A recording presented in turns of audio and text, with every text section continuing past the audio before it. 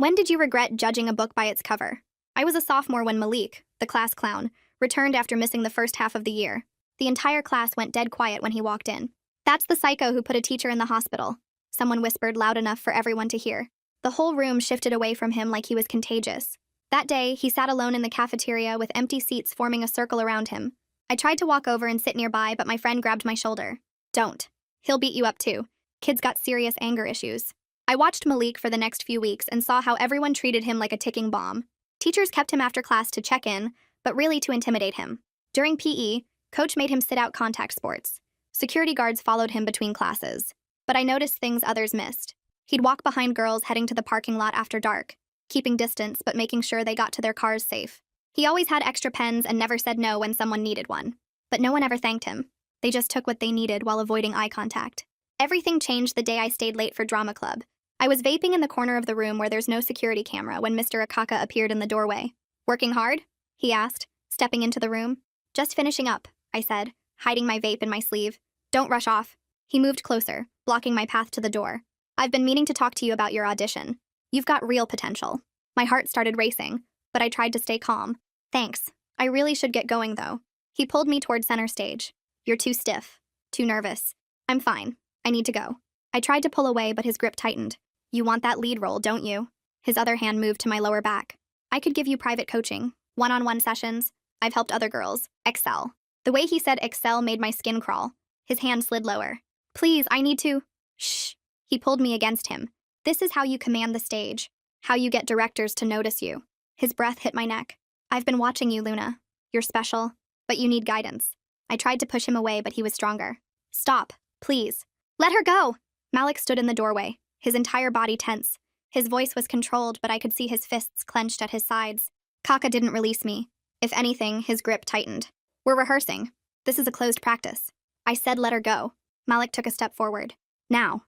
Kaka finally released me, but kept himself between me and the door. "Careful, Malik. We all know what happens when you lose your temper. Wouldn't want another incident." Malik took my hand and guided me towards the principal's office. But Principal Walker barely looked up from his computer. "Mr. Akaka has directed our plays for 12 years. Are you sure you didn't misinterpret?" "He had her trapped. He was touching her," Malik said. Walker turned to me. "Drama can be emotional. Sometimes teachers use physical guidance." Then he looked at Malik. "Given your history, I understand why you might see aggression where none exists. Maybe you should take another break from school." Malik's face flushed. "This isn't about that. This is about—" "That's enough," Walker cut him off. "Unless you have proof, I suggest you both stop making accusations that could ruin a good man's career." He leaned back in his chair. "Luna, you were vaping on school property. That's a 3-day suspension. Malik, consider this your only warning." I didn't see Malik for 2 days after that. When he finally came back, something had changed. I was walking to lunch when I heard laughter echoing through the hallway. A crowd had gathered around someone's phone. "Yo, Psycho's famous!" someone shouted. On the screen was a meme of Malik on the secret school meme page. Someone had edited together security footage of Malik walking through hallways, adding horror movie music. The caption read, "When the school shooter comes back from suspension." It had 100 likes. I found him after school behind the gym, sitting on the ground with his head in his hands. After 10 minutes, he looked up. His eyes were red. "Malik, what really happened? Why were you gone for half the year?" "I never attacked some random teacher. It was about my sister." He stared at his thumbs like he was debating whether or not to continue. "I was bringing her insulin one day when I couldn't find her in the music room." His voice dropped. "So I checked Mr. Carlson's office. He taught history but also coached wrestling." He paused. The door was cracked open. I heard her crying, begging him to stop. His fists clenched. He had her pinned against his desk. His hand was up her skirt. She was 14. "Oh my." I pulled him off her and yeah, I broke his jaw. But I was too late. "What do you mean?" I was then interrupted by him breaking into tears. "She's 14 and 6 months pregnant." The color drained from my face. "Which teacher was it?" "Carlson." I pulled my phone from my pocket without answering and opened my notes app. My thumbs moved fast across the screen, typing everything while his voice still echoed in my head. Sister 14, insulin delivery, music room empty, checked Carlson's office, door cracked, heard crying, begging to stop, pinned against desk, hand up skirt, pulled him off, broke his jaw, too late, 6 months pregnant now. I added the date Malik came back to the school, the date he disappeared mid-year, everything I could remember about the rumors and whispers. Malik watched me type with red eyes that looked confused and maybe a little scared. "What are you doing?" he asked quietly. I kept typing, adding details about how security followed him, how teachers treated him like a threat, how everyone believed he was violent without knowing why. I'm writing it all down, I said, before I forget anything or get details mixed up. Dates, names, everything you told me. He wiped his face with his sleeve. What are you going to do with that? I stopped typing and looked at him. I don't know yet, but having it written down feels important. Like the first step toward something, even if I'm not sure what that something is. He nodded slowly and stared at the ground between his feet. My phone showed 3 full pages of notes. I saved it and created a backup copy, then another one that I emailed to myself. The documentation felt real and solid in a way that just remembering didn't. That night, I lay in bed staring at my ceiling until midnight passed. Sleep wouldn't come. Every time I closed my eyes, I was back in the drama room with Kaka's hands on me, his breath on my neck, his body blocking the door. I grabbed my phone and opened a new note. My fingers shook as I typed, but I forced myself to write everything. How I was vaping in the corner with no camera. How he appeared in the doorway and moved closer. The exact words he said about my audition and potential. How he grabbed me and pulled me toward center stage. His hand on my lower back sliding lower. The way he said excel that made my skin crawl. His grip tightening when I tried to pull away. One-on-one sessions and private coaching. How he pulled me against him. His breath hitting my neck. I've been watching you, Luna. You're special. You need guidance. How I tried to push him away, but he was stronger. Writing it out made my stomach hurt, but also made it feel less like something I imagined. The details were concrete now, saved in my phone with a timestamp. I backed it up 3 times before I finally fell asleep around 2 in the morning. The next morning, I walked through the hallways watching everything differently. A security guard positioned himself near Malik's locker before first period started. I opened my notes app and logged the time and location. During passing period, I saw Mr. Logan, the English teacher, stop Malik and ask where he was headed with this tone that suggested he didn't trust the answer. I documented that too. Coach Peters watched Malik walk past the gym entrance and said something to another teacher that made them both look in his direction. I typed it all out with timestamps. By lunch, I had 12 separate entries showing a pattern of constant surveillance and suspicion, disguised as checking in or keeping students safe. Nobody watched other kids like this. Just Malik. I created a new folder on my phone called Evidence and moved all my documentation there. In drama class, Kaka stood at the front of the room announcing winter production auditions like nothing had happened. He talked about the show with his usual energy, gesturing and making jokes that got people laughing. When his eyes swept across the room and landed on me, he smiled. Not a threatening smile exactly, but one that felt like we shared a secret. Like he thought what happened in that room was just between us and I'd never tell anyone. My stomach turned over. He kept talking about audition requirements and rehearsal schedules while I sat frozen in my seat. He thinks he got away with it. The thought made me so angry I had to grip my desk to stay still. He moved on to someone else and I pulled out my phone under my desk, adding this moment to my notes. His confidence, his smile, how he acted completely normal. That afternoon, I texted my friend that I felt sick and couldn't make drama club. First time I'd ever skipped. Instead, I sat in my car in the parking lot with my phone, searching Title IX policies and student rights. I found the district website and clicked through pages about harassment and discrimination. There was supposed to be a coordinator who handled these complaints separately from the school administration. Someone outside Walker's control. I wrote down the name, Nora Hammond, and her email address. I read through procedures and timelines and something called interim measures. The language was formal and hard to understand, but I kept reading, taking notes on my phone about reporting options and what counted as retaliation. The next day, Malik got called to the principal's office during lunch. I heard people whispering immediately that he was in trouble again, that he probably did something violent, that Walker was finally going to expel him. I waited by his locker after school until he appeared looking tired and angry. I asked what happened, and he said Walker just wanted to check in on his adjustment. But the way he said adjustment made it clear that wasn't really what the meeting was about. Walker kept mentioning Malik's second chance and how important it was not to waste opportunities, and how the school was watching to make sure he stayed on track. Threats, but dressed up as concern. Malik's jaw was tight when he told me. I added it to my evidence folder with the date and time. I needed to talk to someone who might actually help. Mrs. Stewart, the school counselor, had always seemed genuinely kind when I'd seen her in the halls. She wasn't part of Walker's inner circle of administrators. I logged into the office system and made an appointment, marking it as academic stress so nobody would ask questions about what I really wanted to discuss. The earliest slot was 2 days away. I took it. When I finally sat across from Miss I. Stewart in her small office, she told me to call her Ain. She had this calm way of listening that made me feel like I could actually tell her everything. So I did. I described what Kaka did to me in the drama room, every detail I'd written in my notes, how he cornered me and touched me and said those things about private coaching, how Malik intervened and probably saved me from worse. Then I told her about Malik's sister and what Carlson did, and how Malik broke his jaw trying to protect her. Ain's face went pale as I talked, but she didn't interrupt or tell me to stop. When I finished, she was quiet for a moment. Then she explained carefully that she was a mandated reporter. That meant she had legal obligations that limited what she could keep confidential. Her voice was gentle, but I could tell she was being very precise with her words. Ain pulled out a notepad and wrote down a name and phone number. Nora Hammond, she said. District Title IX coordinator. Going through her might offer more protection from retaliation than staying within the school's chain of command. She explained the difference between mandatory reporting to child services, which she had to do for Malik's sister, and filing a formal Title IX complaint about staff misconduct, which was separate. Title IX was federal law about discrimination and harassment in schools. Hammond had authority that Walker didn't control. Ain kept writing, giving me information about interim measures and no-contact directives and investigation procedures. I took the paper with Hammond's contact information and folded it carefully into my pocket. For the first time since the drama room, I felt like maybe there was actually a path forward that didn't involve just staying quiet and hoping everyone forgot. I looked at Ain and asked her straight out if she thought Walker would get back at me for reporting Kaka. She went quiet for a long time, long enough that I could hear the clock on her wall ticking. When she finally spoke, she said she couldn't predict what he'd do, but that punishing someone for reporting harassment was itself breaking Title IX rules. The way she said it, so careful with every word, told me exactly what she really meant. The system might protect me on paper, but Walker had ways of making my life harder that wouldn't look like punishment on the surface. I thanked her and left her office with Hammond's contact information folded in my pocket, and a sick feeling in my stomach about what came next. I needed to find Malik. I checked his usual spots and finally saw him sitting on the bleachers by the football field, earbuds in, staring at nothing. I climbed up and sat next to him until he noticed me and pulled out one earbud. I told him about Ain and about Hammond, the district Title IX person who might actually help. Then I asked if he'd be willing to include his sister's situation in a complaint about how the school protects bad teachers instead of students. He looked at me for a second, then shook his head. He said he needed to talk to his sister first because it was her story to tell, not his. I got it immediately. Just because something happened to someone you love doesn't mean you get to decide when or how to talk about it. I told him that made sense and that I'd wait to hear what she said. 2 days went by before my phone buzzed with a text from Malik. His sister wasn't ready to come forward publicly yet. The words sat there on my screen and I felt this mix of understanding and anger.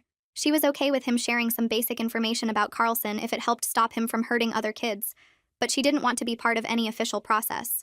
I texted back that I respected that and meant it, but I also felt so tired of how the system works. Victims have to relive the worst moments of their lives just to maybe create change, and even then there's no promise anything will actually happen. I sat on my bed that night and opened my laptop. The email to Hammond took me 3 hours to write. I described everything that happened in the drama room with Kaka, every single detail I could remember. The exact date, the time, how he blocked the door, what he said about private coaching, where his hands went, how Malik had to physically intervene. I wrote it all in the most basic, factual way I could, like I was writing a police report. Then before I finished, I added a paragraph about Malik's situation. I didn't use his sister's name or give details she hadn't approved, but I explained how Carlson assaulted a 14-year-old student, how Malik protected her and got suspended for it, and how Carlson just quietly resigned and probably moved to another school. I wrote that this looked like a pattern of the administration covering up abuse instead of stopping it. The next day during my free period, the office called me down. Ain was waiting in her room and closed the door behind me. She said she needed to warn me about something. Filing this complaint would probably make my senior year much harder. Teachers talk to each other. Walker has friends on staff. Drama opportunities would likely disappear. She said it gently, like she was trying to prepare me without scaring me off. I looked at her and said I already lost those opportunities the moment I walked into that drama room alone with Kaka.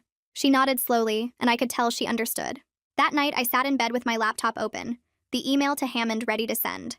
It was 11:47 p.m. when I finally hit the button. Then immediately I panicked and opened my sent folder to reread it. I checked it 17 times, looking for any mistakes or anything that could be used against me. Every time I read it, I found something I wished I'd said differently, or worried that I'd said too much. The waiting for a response felt worse than writing the whole thing had been. Hammond emailed back within 24 hours. I was in history class when my phone buzzed in my pocket, and I had to wait until passing period to check it. She wanted to meet at the district office instead of at the school. Her message was professional, but somehow also warm, saying she took these allegations seriously and wanted to hear my full account in a setting where we could talk privately. She gave me 3 possible times and said to bring a parent or supportive adult if I wanted. The morning before my meeting with Hammond, I walked past the drama room and saw a crowd around the bulletin board. I pushed through to see what everyone was looking at. The cast list for the winter production was posted. I scanned through it once, then again, then a third time. My name wasn't anywhere. Not in the leads, not in the supporting roles, not even in the ensemble. I'd been completely cut. Kaka had posted a note at the bottom about casting decisions being based on professionalism and commitment to the program. Everyone standing there knew exactly what that meant. I was punished. My hands shook as I pulled out my phone and took a screenshot of the cast list in Kaka's note. I opened the folder on my phone I'd labeled evidence and added them to the growing collection. Every time they came after me for reporting what happened, they just made my case stronger. It still hurt, though, seeing my name missing from that list when I'd worked so hard at auditions. The district office was in a building 20 minutes from the school, a boring concrete place that looked like every other government building. Hammond's office was on the second floor. She turned out to be younger than I expected, maybe early 30s, with straight dark hair and this direct way of talking that made me trust her right away. She shook my hand and offered me water, then sat across from me with a notepad. She explained the Title IX process step by step, how long investigations usually take, what interim measures meant, what a no-contact directive actually did in practice. She used simple language and checked in constantly to make sure I understood. When she explained that interim measures were temporary protections put in place right away while the investigation happened, I felt this small bit of relief that maybe I wouldn't have to see Kaka every day while waiting for some final decision that might take months. I took a breath and started from the beginning, walking Nora through every detail of what happened in the drama room. I described how Kaka positioned himself between me and the door, how his hands moved from my shoulders to my lower back, how his breath felt on my neck when he pulled me close. Nora's pen moved steadily across her notepad, her face calm and professional, but I watched her jaw muscles tighten when I got to the part about him saying he'd been watching me. I told her about going to Walker's office with Malik, about how Walker dismissed everything as misinterpretation and suspended me for vaping instead of investigating Kaka. I explained about the cast list posted after I filed my complaint, how my name was completely missing with Kaka's note about professionalism and commitment. Nora wrote down the date of the cast list posting, the exact wording of Kaka's note, Walker's specific phrases about drama being emotional and teachers using physical guidance. She asked clarifying questions about timeline and whether anyone else was present, and I gave her every detail I could remember. Nora set down her pen and explained that she would need to interview other students and collect evidence, which meant people at the school would know I filed a complaint even though the process was supposed to be confidential. She asked if I wanted interim measures while the investigation happened, schedule changes so I wouldn't have classes near Kaka, a no-contact order requiring him to stay away from me, different supervision for any drama activities. I said yes to everything she offered, feeling this small bit of relief that maybe I wouldn't have to see him every day while waiting months for some final decision. When I mentioned Malik's sister and what Carlson did to her, Nora's whole expression changed. Her face went harder, more focused, like she'd just connected pieces she'd been looking for. She explained that if Carlson was currently working at another school in the district, she had authority to investigate his conduct even though he wasn't at my campus anymore. But she'd need either the victim's cooperation or at least permission to include the case in her investigation. She couldn't force a 14-year-old pregnant girl to relive her trauma just to build a case. I understood that, even though part of me wanted every piece of evidence possible to show the pattern of how this school protected predators. After the meeting, I sat in my car in the district office parking lot and texted Malik. I explained about Nora and the investigation and asked if his sister might be willing to talk to Ain about support options, with no pressure to participate in anything formal. He texted back 20 minutes later saying he'd talk to her. The goal was giving her resources and control over her own story, not pushing her toward actions that might hurt her more. Back at the school the next day, I noticed Kaka watching me during the passing period between third and fourth period. He was standing near the main hallway intersection, not quite in my path, but close enough that I had to see him. His expression wasn't angry or threatening. It was calculating, like he was trying to figure out what I was planning or what I'd already done. I kept my face blank and pulled out my phone as soon as I turned the corner, typing a note with the date, time, location, and what I observed. I started a new document in my phone labeled Kaka Sightings and added it to my evidence folder. At lunch, a junior I barely knew approached my table. Jasper Flores ran the school newspaper and had this intense way of looking at you like he was analyzing everything you said. He asked if I'd noticed the pattern in the meme page posts about Malik. I said I'd seen some of them but hadn't been tracking them closely. He pulled out his phone and showed me a spreadsheet with columns for post times, engagement rates, and the accounts that consistently liked and shared the most vicious content. He'd been documenting every anti-Malik post for weeks, tracking which accounts interacted with them and how quickly they spread. Jasper explained he was investigating the meme page for a story about cyberbullying and institutional responsibility. He'd noticed that several accounts engaging heavily with anti-Malik content also followed school administrator accounts. It wasn't proof that administrators were involved or encouraging the harassment, but the correlation was suspicious enough to pursue. Some of the accounts that liked every school shooter meme also liked posts from the official school athletics account, the official principal's account, the school security account. The overlap was too consistent to be random. I made a decision to trust him with part of my story, not the assault details, not anything that would identify me before I was ready, but the general pattern of how the school retaliated against students who reported staff misconduct. How they protected certain teachers by transferring them instead of firing them. How they punished victims for speaking up while the adults who hurt them faced no real consequences. Jasper listened carefully, asking specific questions about timeline and documentation. He said he'd heard similar stories from other students, but no one had been willing to go on record. Everyone was too afraid of retaliation, or too convinced nothing would change anyway. 3 days later, Principal Walker called me to his office. The summons came through a hall monitor during English class, saying Walker wanted to see me for a professionalism discussion about my attitude in recent weeks. It was obviously retaliation, but hard to prove since he could claim any reason for wanting to meet with a student. I remembered what Ain taught me about my rights, and asked if I could bring a supportive adult to the meeting. Walker's expression went sour over the phone, but he agreed, setting the meeting for the next morning. Ain sat beside me in Walker's office, her notepad open on her lap and her pen ready. Walker spent 20 minutes lecturing me about respecting teachers and not spreading rumors that could damage careers. He said students sometimes misinterpret normal interactions and turn them into accusations that ruin good people's lives. He talked about how important it was to think carefully before making claims that could have serious consequences. When he used the word defamation, Ain interrupted him. Her voice stayed calm but firm as she clarified that I had a legal right to report misconduct without being labeled a liar. That filing a complaint wasn't defamation. That retaliation against students who report harassment was itself a violation of Title IX. Walker's face flushed, but he backed down slightly with Ain there taking notes on everything he said. Walker stood up, signaling the meeting was over. I grabbed my backpack and followed Ain out into the hallway where fluorescent lights buzzed overhead. She walked me to the counseling office without saying much, but once we got inside and she closed the door, she pulled out a business card. It had Nora Hammond's direct phone number written on the back in blue ink. Ain told me to expect a call from Nora within the next day or two about next steps. I shoved the card in my pocket and headed to third period, already 10 minutes late.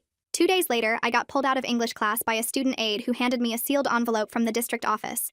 Inside was a single page on official letterhead stating that Mr.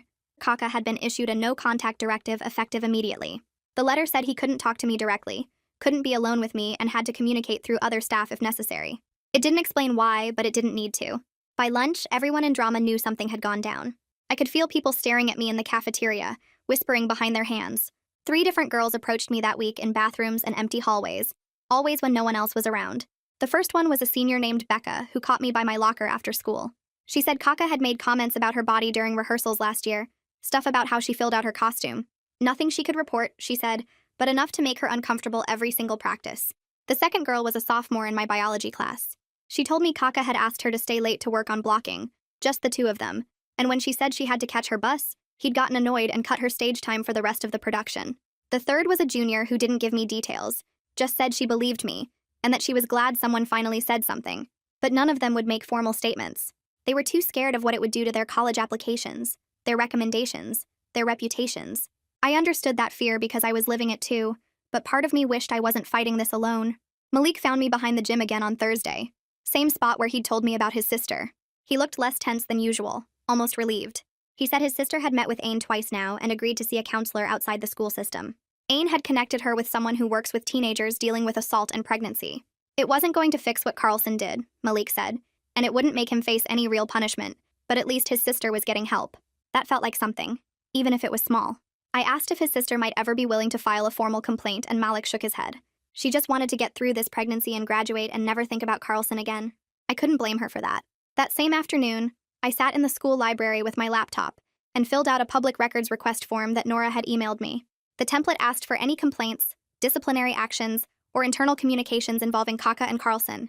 I had to mail it to the district office with a copy to the school board, and they had 30 days to respond. Nora had warned me they'd probably redact most of it, or claim certain documents were protected, but having a paper trail mattered. It showed I was serious and that I wasn't going away. I printed 2 copies, signed them both, and dropped them in the mailbox outside the post office on my way home. The next day, Jasper caught me in the hallway between classes and asked if I had a few minutes. We ended up in the library again, sitting at a table in the back corner where nobody goes. He pulled up a document on his laptop, an article about the meme page, and how anonymous platforms let people harass other students without consequences. He'd written it carefully, never naming Malik or anyone specific, but talking about patterns and how administrators could step in but choose not to. Requested Reads is on Spotify now. Check out link in the description or comments. He asked if I'd read it for accuracy, and I did, scrolling through 3 pages of solid reporting. I suggested he add a line about how this kind of harassment often targets students who speak up about staff misconduct, and he nodded and typed it in right there. 2 days later, Kaka posted on the drama department's Instagram page.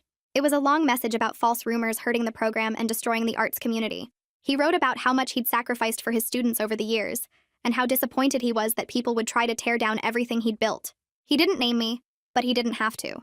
Within an hour, my phone was exploding with texts from classmates asking what happened, if the rumors were true, if I was okay. Some messages were supportive, but others accused me of lying for attention or ruining drama for everyone else. I wanted to defend myself, to explain what really happened, but I remembered what Nora had told me during our meeting. Don't discuss the case on social media. Don't respond to messages from other students about it. Anything I said could be used against me later, twisted into something it wasn't. So I left every message on read and turned off my notifications. The silence felt like weakness, like I was letting Kaka control the story. But I kept reminding myself that his public defensiveness actually helped my case. People don't write long defensive posts unless they're worried about something. On Monday, I was eating lunch with Malik in our usual corner of the cafeteria when two security guards approached our table. One of them, the tall guy who always wears sunglasses inside, told Malik they needed to check his phone for inappropriate content. Malik asked what content they were talking about, and the guard just repeated that they needed to see his phone. Malik pulled out the student handbook from his backpack, flipped to a page he'd marked with a sticky note, and read aloud the section about unreasonable search and seizure. He said they needed specific reasonable suspicion of a policy violation, not just a general request to search his property. The guard's face went red, but he backed off and said they'd be logging this as Malik being uncooperative with security protocols. Malik just shrugged and went back to his sandwich. That night, I opened the Notes app on my phone and created a new document called Evidence Timeline. I started writing down everything I could remember from the past few weeks. Every time Kaka was in the same hallway as me, even though the no-contact directive said he should avoid me. Every comment from other teachers about my situation, the weird looks, the sudden coldness from staff who used to be friendly. Every message I got from classmates, both supportive and hostile. I included dates, times, locations, names when I knew them. I backed the whole thing up to cloud storage and set it to auto-backup every night at midnight. If this was going to be a long fight, I needed records of everything. 3 weeks later, the district sent me a fat envelope with my public records request results. Most of the emails were covered in thick black bars that hid names and details, but I could still read enough to see the pattern. At least 3 different parents had complained about Kaka over the past 4 years, all using words like uncomfortable, too friendly, and boundary issues. Each complaint got stamped with the same response at the bottom.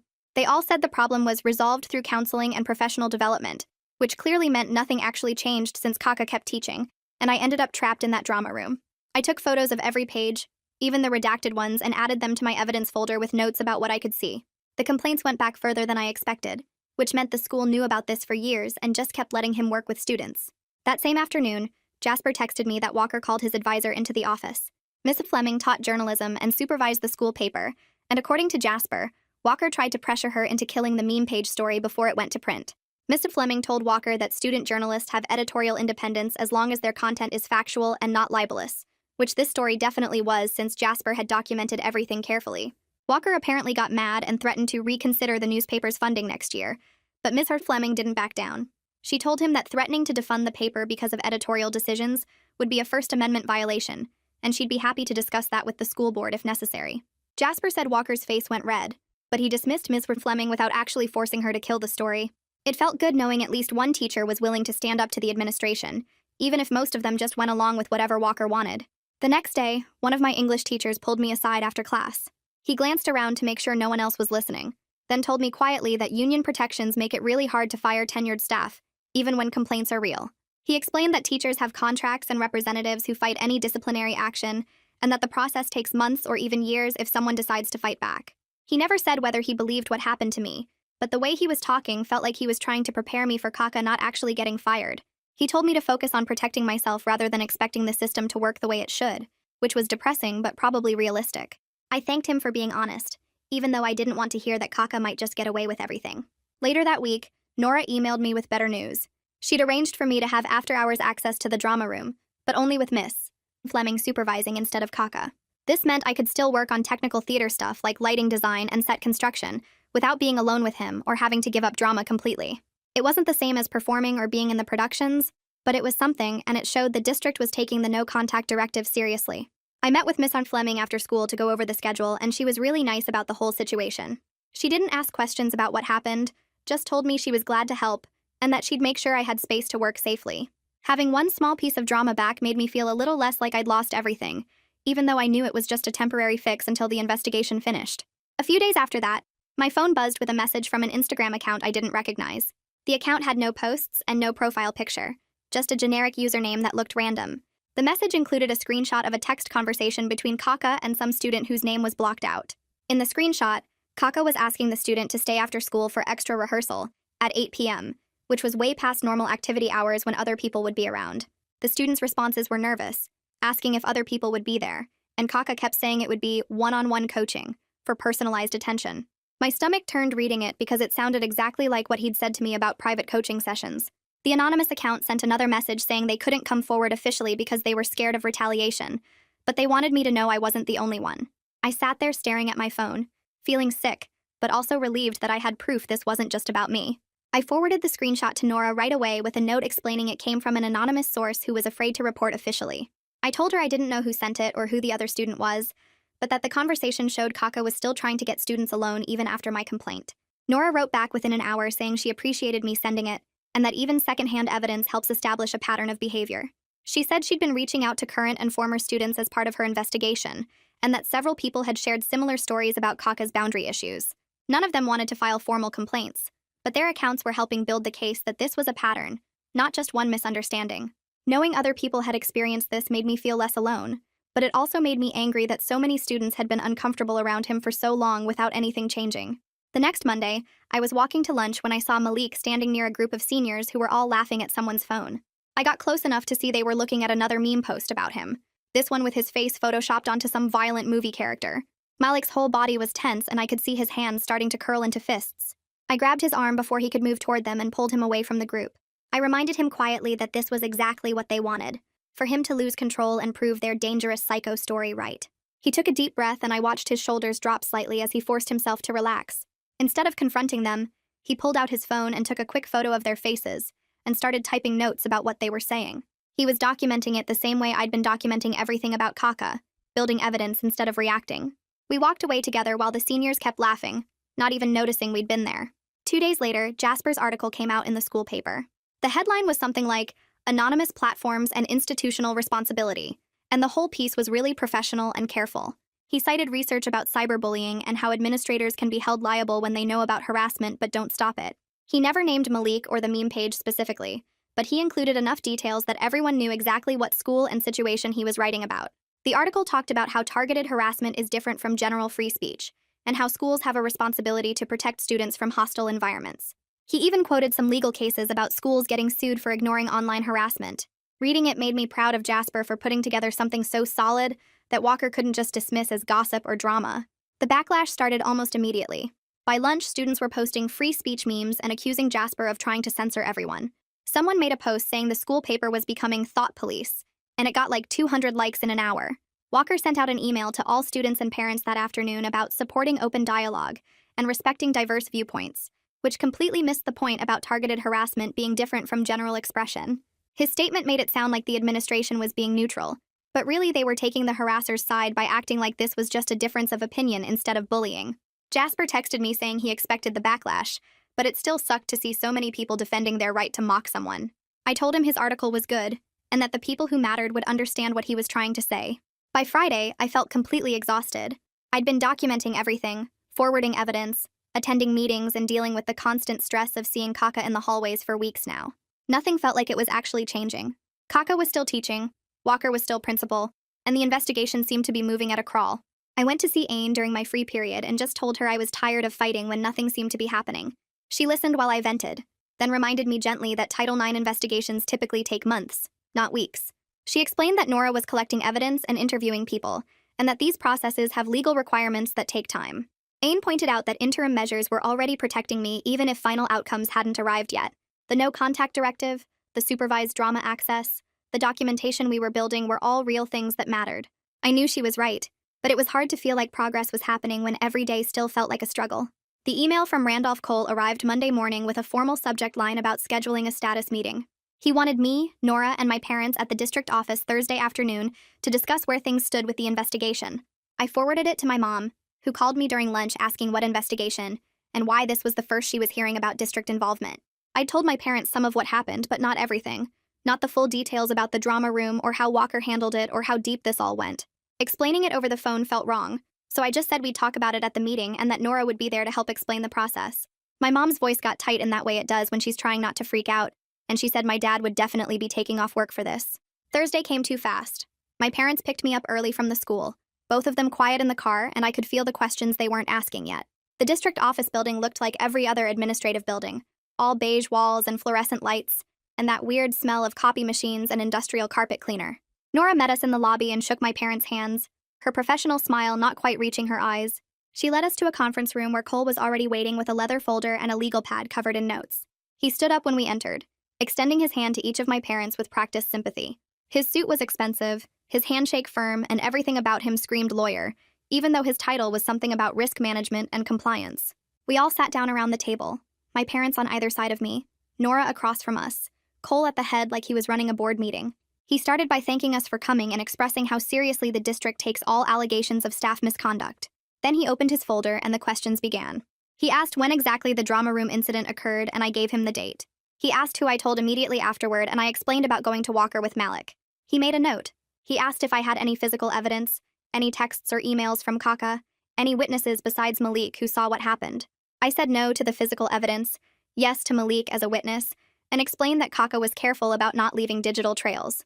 Cole nodded like he expected that answer, making another note. He asked why I waited several weeks before contacting Nora instead of reporting through proper channels right away. The way he said proper channels made my stomach turn, like there was a right way to handle being assaulted and I'd done it wrong. My mom's hand found mine under the table, squeezing hard. Before I could answer, Nora leaned forward and her voice had an edge I hadn't heard before. She said delayed reporting is extremely common in sexual harassment cases and doesn't undermine credibility in any way. She explained that victims often need time to process trauma, that power dynamics make immediate reporting feel unsafe, that retaliation fears are valid and documented. She pulled out her own folder, thicker than Cole's, and started listing what she'd documented. The no-contact directive Kaka violated multiple times by positioning himself near me in hallways. The cast list retaliation that excluded me completely from the winter production, right after I filed my complaint. The public records request results showing 3 prior parental complaints about Kaka's boundary issues that were all marked resolved through counseling, that clearly didn't resolve anything. She had dates, times, witness statements, pattern evidence that supported my account even without a video recording of the assault itself. Cole's expression stayed neutral, but I saw him shift in his seat. My dad had been quiet up until then, just listening with his jaw getting tighter and tighter, but now he spoke up and asked the question I'd been afraid to voice. He wanted to know if the district was actually planning to fire Kaka, or if they were just going to transfer him to another school like they did with Carlson. Cole did that thing where adults pause before answering a question they don't want to answer, then said he couldn't discuss personnel decisions because of privacy laws and union contracts. My mom made a sound that wasn't quite a laugh, more like disbelief escaping. She said that sounded like they were definitely considering just moving him somewhere else where he could do the same thing to different students. Cole started talking about due process and contractual obligations and how these situations are complicated. But my dad cut him off and said the only thing complicated here was the district choosing to protect a predator instead of students. The room got very quiet. Cole adjusted his tie and said the district takes these allegations seriously, which he'd already said at the start of the meeting, and that they were conducting a thorough investigation.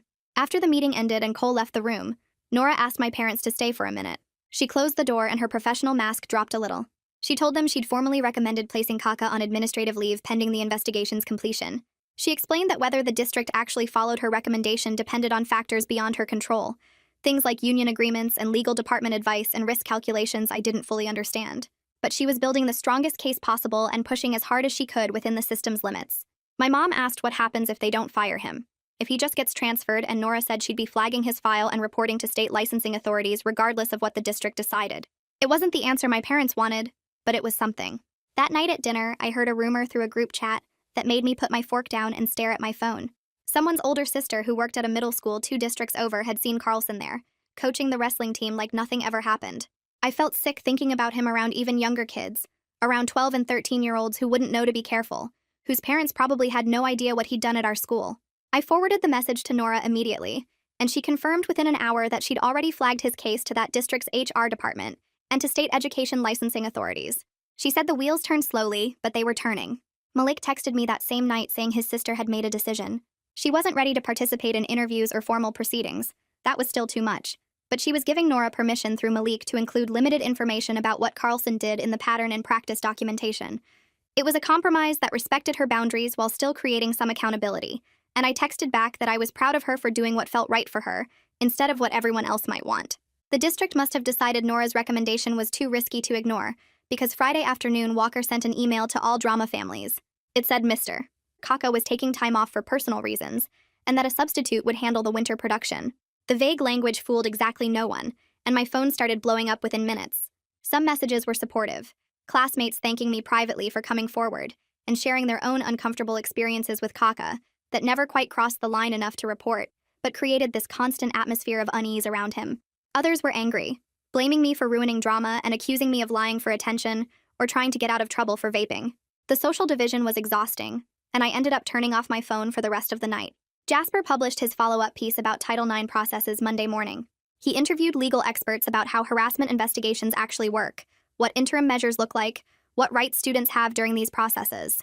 He didn't mention my case specifically, but the timing made the connection obvious to anyone paying attention. Several students stopped me in the hallway to say the article helped them understand what was actually happening, instead of just believing rumors. And I made a mental note to thank Jasper for using his platform to educate instead of sensationalize. The teachers' union rep showed up at a district meeting the following week, and by Friday afternoon word had leaked through the staff grapevine that Kaka's lawyer was claiming I misunderstood his teaching methods, and that the no-contact directive was unfair punishment without proper process. I texted Nora immediately when I heard, my hands shaking as I typed, and she called me back within an hour to explain this was completely normal defense strategy. She said lawyers always try to reframe assault as misunderstanding, and that it didn't change anything about the investigation's direction or the evidence she'd already collected. Her calm voice helped, but I still felt sick knowing Kaka was out there building a defense while I just had to wait and trust the system would work. Monday morning, I opened my locker before first period, and a folded piece of notebook paper fell out onto my shoes. I picked it up and unfolded it to find block letters written in black Sharpie that said, "Drop it or lose your college recommendations." My stomach dropped and I looked around the hallway, but everyone was just walking to class like normal, nobody watching me or acting suspicious. I pulled out my phone and took 3 photos of the note from different angles, making sure the lighting was good and the words were clear, then walked straight to the office and asked to see Aine.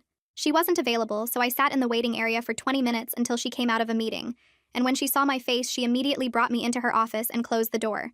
I showed her the note and the photos, and she said we needed to report this to Nora right away, so she called from her office phone while I sat there trying not to cry from anger and fear mixed together. The threat was obviously from another student, probably someone who liked Kaka or thought I was causing drama for attention, but it still went into the evidence file as additional retaliation. Nora came to campus that same afternoon and sat down with me and Aine to create what she called a safety plan for all my after-school activities. She wrote down specific check-in times when I had to text Aine to confirm I was okay, and she made a rule that I couldn't be in any school building alone ever, even for 5 minutes. The plan included a list of safe adults I could contact if I felt threatened, and instructions for what to do if I saw Kaka anywhere near campus, even though he wasn't supposed to be there. The whole thing felt protective and restrictive at the same time, like I was the one losing freedom while Kaka just sat at home getting paid to do nothing. I understood why the rules existed, but I hated that speaking up meant my life got smaller and more controlled while he got a vacation. 2 days later, I was walking to my car after drama, when I saw Malik standing near the gym talking to Tyler Fleming, one of the seniors who'd shared the school shooter memes back in November. I slowed down to see if there was going to be a problem, but Malik's body language looked calm, not tense, and Tyler was doing most of the talking with his head down like he was ashamed. I got close enough to hear Tyler say he was sorry for spreading that stuff, and that he didn't really think Malik was dangerous. He just thought it was funny at the time, without considering how it felt to be on the receiving end. Malik nodded and said he accepted the apology, his voice quiet but steady, and Tyler walked away looking relieved that Malik hadn't yelled at him or worse. Later that afternoon, Malik texted me about it and said one apology doesn't undo months of isolation and fear, that forgiveness isn't the same as reconciliation, and he's not required to pretend everything's fine now just because someone finally felt guilty. I texted back that he was right, and that accepting an apology doesn't mean trusting that person again or acting like the harm never happened. The district sent official notice the following Monday that Mr. Akaka had chosen to resign for personal reasons effective immediately, with no admission of wrongdoing and a confidential settlement agreement that nobody was allowed to discuss publicly. Nora called me after school to explain what it meant in practical terms, walking me through how the district avoided a lengthy hearing process, how Kaka avoided having formal findings on his permanent record, and how I got the outcome of him being gone even if it wasn't the full accountability I wanted. She said this happens all the time in these cases because it's faster and cheaper for everyone involved, but it left me feeling relieved and angry at the same time. I was glad he couldn't hurt anyone else at our school, but furious that he could potentially apply to teach somewhere else without this incident following him officially. Nora validated both feelings when I told her, explaining the practical limits of what Title IX investigations can actually achieve within current legal systems. And then she told me she'd also filed a report with state licensing authorities that might prevent him from getting future teaching positions, though there were no guarantees about how that process would go. The Carlson situation moved forward on a separate track, with the district referring his case to law enforcement based on all the evidence Nora had compiled over the past few months. Malik's sister still wasn't participating publicly in any proceedings, which was completely her choice and her right, but the criminal investigation could proceed based on other evidence and witness statements, and she had the option to engage later if she decided to. I checked in with Malik regularly to see how he was handling everything, and he said his sister was doing better with her therapist, and that she felt less pressure now that the decision was out of her hands temporarily. Principal Walker got reassigned to a district curriculum position 3 weeks after Kaka resigned, which the official announcement described as a lateral move, but everyone understood was actually a removal from campus leadership after his mishandling of multiple complaints. The school board brought in Miss Rodriguez as interim principal, and her first action was scheduling a series of listening sessions with students about safety and reporting procedures, which felt like actual progress instead of just empty promises. She stood in the cafeteria during lunch periods introducing herself and handing out cards with her direct email and phone number, telling students she wanted to hear about their experiences and concerns without fear of retaliation. 3 months after everything started, I found myself back in the drama room working on lighting design for the spring production under new supervision from Ms. M. Fleming, who'd stepped in to direct after Kaka left. Malik's threat assessment tag had been removed from his record completely, and he'd started eating lunch with a small group of friends instead of sitting alone. We'd also started a peer support group with Ames guidance for students navigating institutional complaints, meeting once a week after school to share resources and strategies. The outcomes weren't perfect by any measure. Kaka and Walker faced consequences but not full accountability. Carlson's case was still working through the legal system, and the social fallout from everything still lingered in hallway conversations and awkward silences.